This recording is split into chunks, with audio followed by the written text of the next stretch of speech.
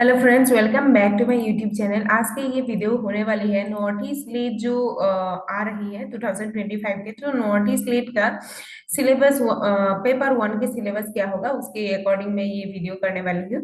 ये है north east SLET का पेपर वन, जो कि है syllabus general paper on teaching and research aptitude. ठीक है, देख लेते हैं। Syllabus general paper on teaching and research aptitude के ऊपर है। There are two part for each of the subject. ठीक है, 30 सब्जेक्ट्स होगा नॉर्थ ईस्ट स्लेट में। इस बार 30 सब्जेक्ट्स के ऊपर एग्जाम होगा नॉर्थ ईस्ट स्लेट का। सो पेपर वन सबका सेम ही है। तो ये पेपर वन का सिलेबस है on teaching and research aptitude के ऊपर। ठीक है, एंड पेपर टू हो जाएगी आप लोगों का based on the syllabus of concern subject. आप लोगों का जो भी सब्जेक्ट में आप लोग अप्लाई करोगे उसका सब्जेक्ट रिलेटेड सिलेबस होगा। पेपर वन का सिलेबस देख लेते हैं। General paper on teaching and research aptitude में क्या क्या आएगा। ठीक है, यहाँ पे there will be 50 questions for paper one. 50 question आएगा। There is a prescribe syllabus for paper one. The test will be conducted in objective mode. ठीक है, एमसीक्यू एंड ओएमआर सीट में होगा आप लोग का exam.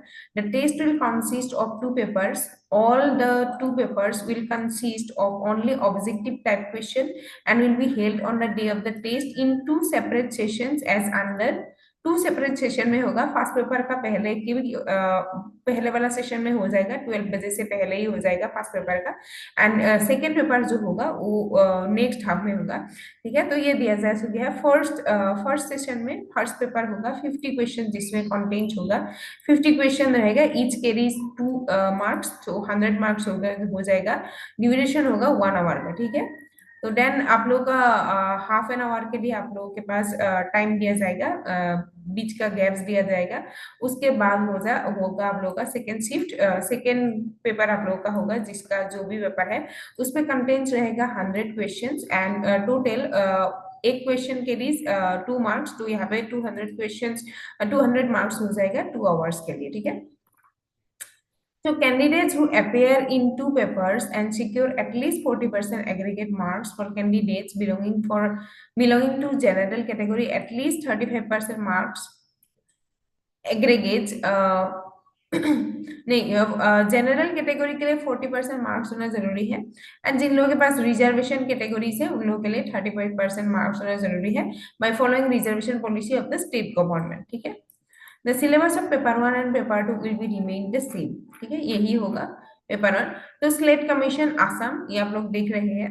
Subject general paper on teaching and research aptitude syllabus अभी हम लोग देख लेते हैं। The main objective is to assess the teaching and research capabilities of the candidates.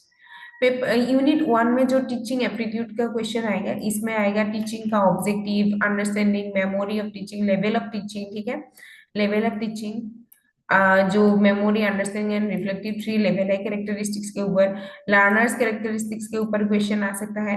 Factors affecting teaching related to learner centred support, model, instructional facility, learning environment के ऊपर भी question आते हैं।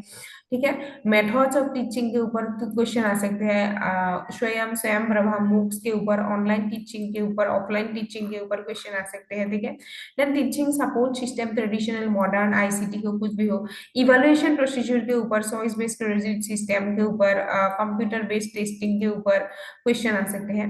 देन यूनिट टू हो जाएगा आप लोगों का रिसर्च एप्टीट्यूड, जिसमें आएगा आप लोगों का रिसर्च का टाइप्स का क्वेश्चन आ सकते हैं। ठीक है, देन आप लोगों का आ जाएगा स्टेप्स ऑफ रिसर्च का question, methods of research.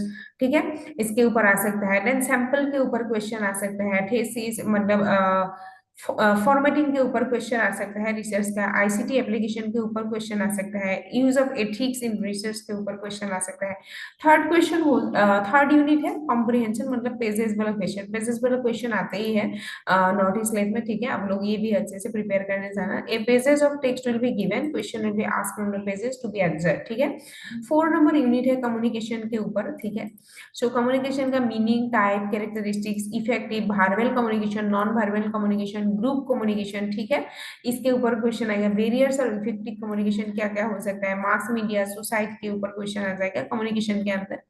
Then mathematical reasoning and logical reasoning वाला क्वेश्चन आ सकता है यूनिट 5 के अंदर। ठीक है, ये भी बहुत इंपॉर्टेंट चैप्टर हो जाएगा। यहाँ पे डीआई का क्वेश्चन आ सकता है इसके बाद। ठीक है, इसमें तो number series, letter series, coded वाला क्वेश्चन, टाइम प्रॉफिट लॉस, इसका क्वेश्चन आ सकता है। लॉजिकल रीजनिंग का क्वेश्चन आप लोग का प्रमाण, प्रमाणा के ऊपर क्वेश्चन आ सकता है, एनालॉगिस के ऊपर, वेन डायग्राम के ऊपर क्वेश्चन आ सकता है, ठीक है। फैलेसीज, फॉर्मल एंड इनफॉर्मल फैलेसीज के ऊपर, क्लासिकल स्क्वायर ऑफ अपोजिशन के ऊपर क्वेश्चन आ सकता है, ठीक है। ये सब अच्छे से प्रिपेयर करके जाइएगा आप लोग।